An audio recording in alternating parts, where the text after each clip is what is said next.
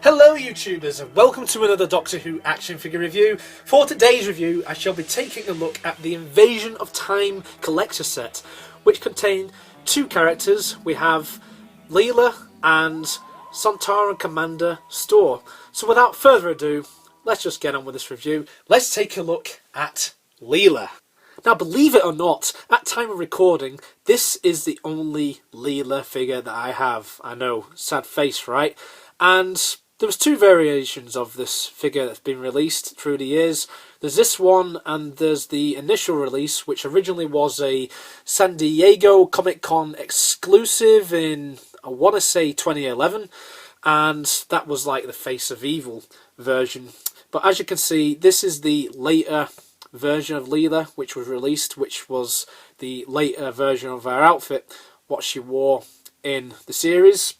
And, you know, I wasn't really a huge fan of the outfit.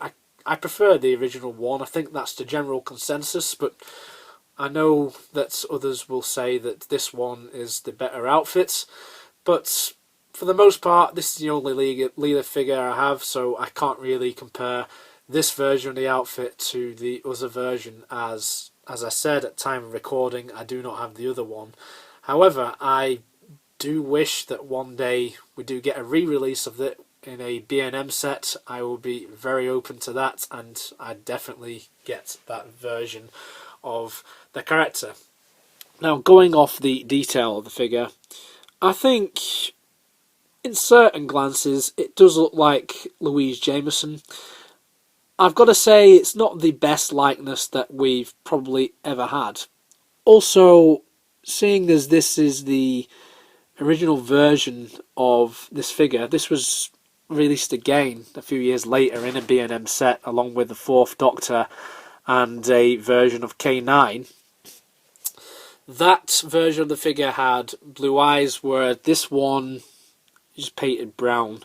So it's more or less like the Face of Evil figure, because if you don't know the story about Louise Jameson in Doctor Who, she had to wear brown contact lenses to make her eyes look brown, even though her eyes in real life are blue. The contact lenses were hurting her so much that she had them removed, and it was written into the series in Horror of Fan Rock, because at the end of that episode something happens and then Leela's eyes change colour to blue, which is Louise Jameson's natural colour. So here we don't have it on this figure, they are brown, but on the later re-release they are the correct blue. The hair is very nicely detailed. You've got a wash of brown and a little bit of black here and there. It's mostly brown though. You can see that she's wearing the little tribal necklace, what she wore in like the majority of the episodes. As for the dress she's wearing, very nicely detailed, got all the creases and little bits of patterns here and there, very nicely sculpted, nice little cream colour. And you can see, like, just above her elbows here, you got these little armbands with little arrows detailed on, and yeah, I think it looks pretty much accurate to what this character wore. She also has a pouch for a knife. The knife is an accessory, so if you want to, you can pose Leela with the knife. But with these hands, they're more sculpted open, and it can be very easy for her to drop that. So that's why I usually display this with the knife inside her pouch. And just going at the back, that's what it looks like. You can see like loads of points of articulation, which was one of the points that was a name of the criticism at this figure when it was initially released. But to be honest, I'm not really fussed about it. I think that it all does the job for this particular figure. You can see that at the back there she has another pocket which has just been sculpted on, like you can not put anything inside or anything like that.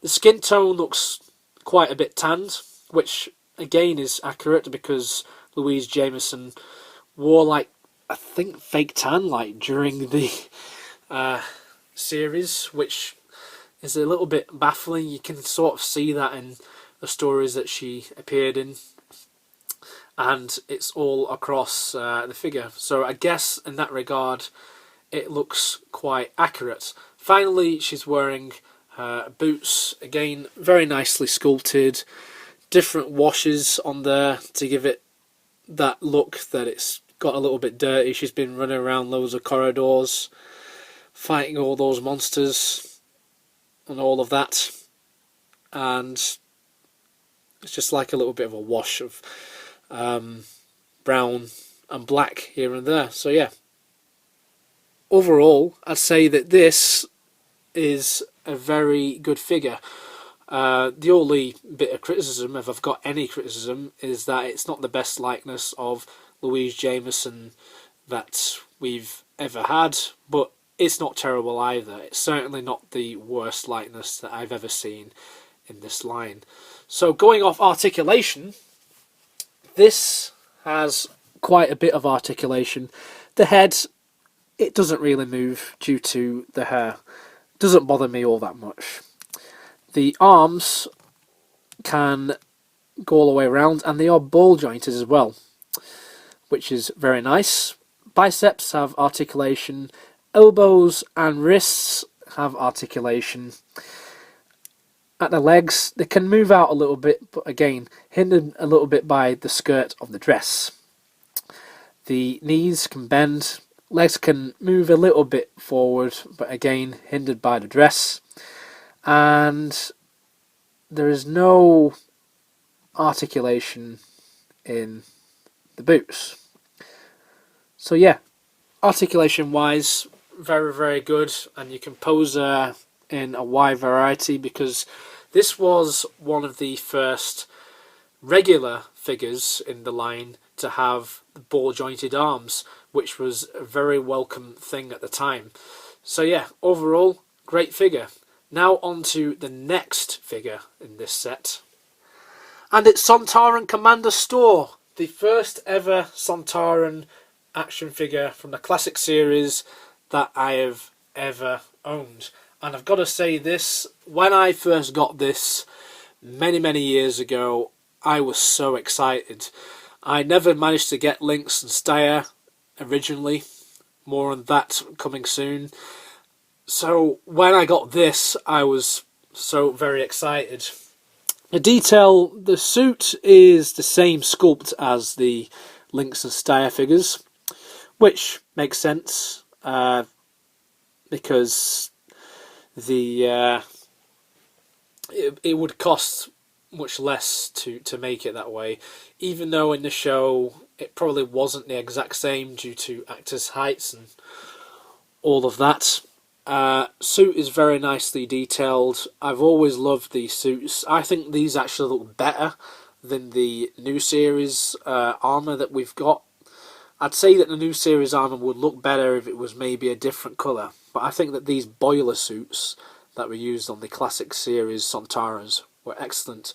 All the little plates on the knees and the elbows, just to give it that look that, yeah, this is a soldier that is ready for some battles to be fought.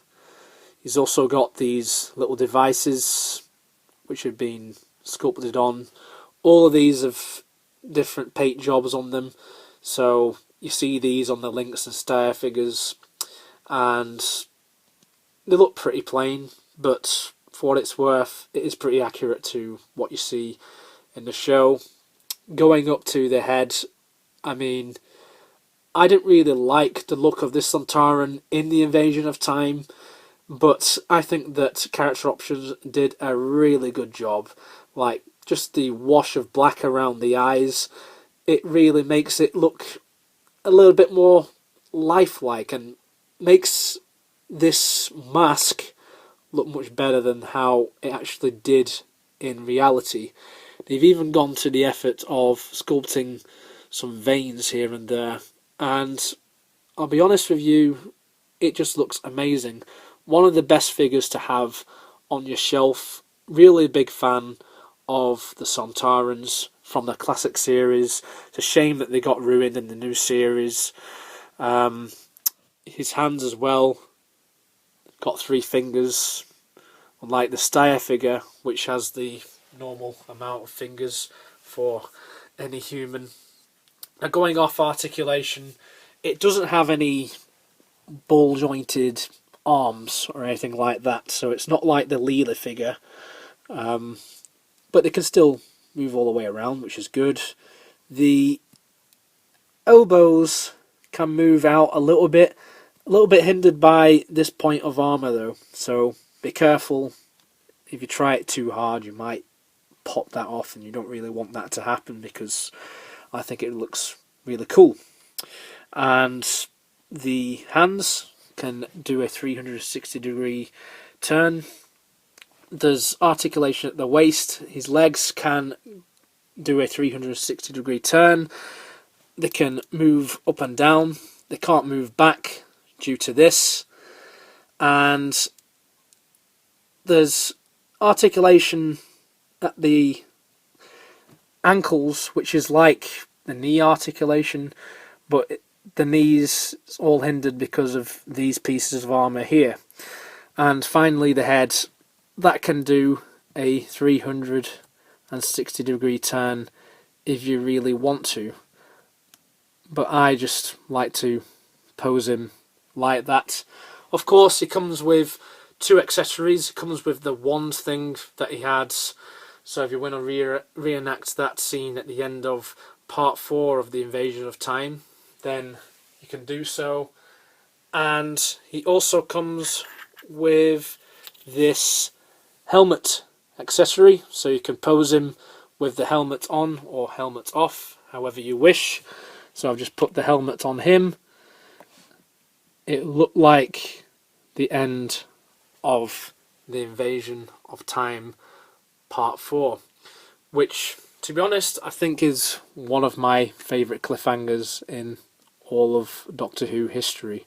It's an amazing cliffhanger, and to be honest with you, the Invasion of Time is a little bit of a guilty pleasure of mine. I mean, I know some people give it some shit, say it's a really bad story, and yeah, there's really a lot wrong with that story. There's a lot of production issues. It looks really cheap, but I don't know, I really like that story, so yeah,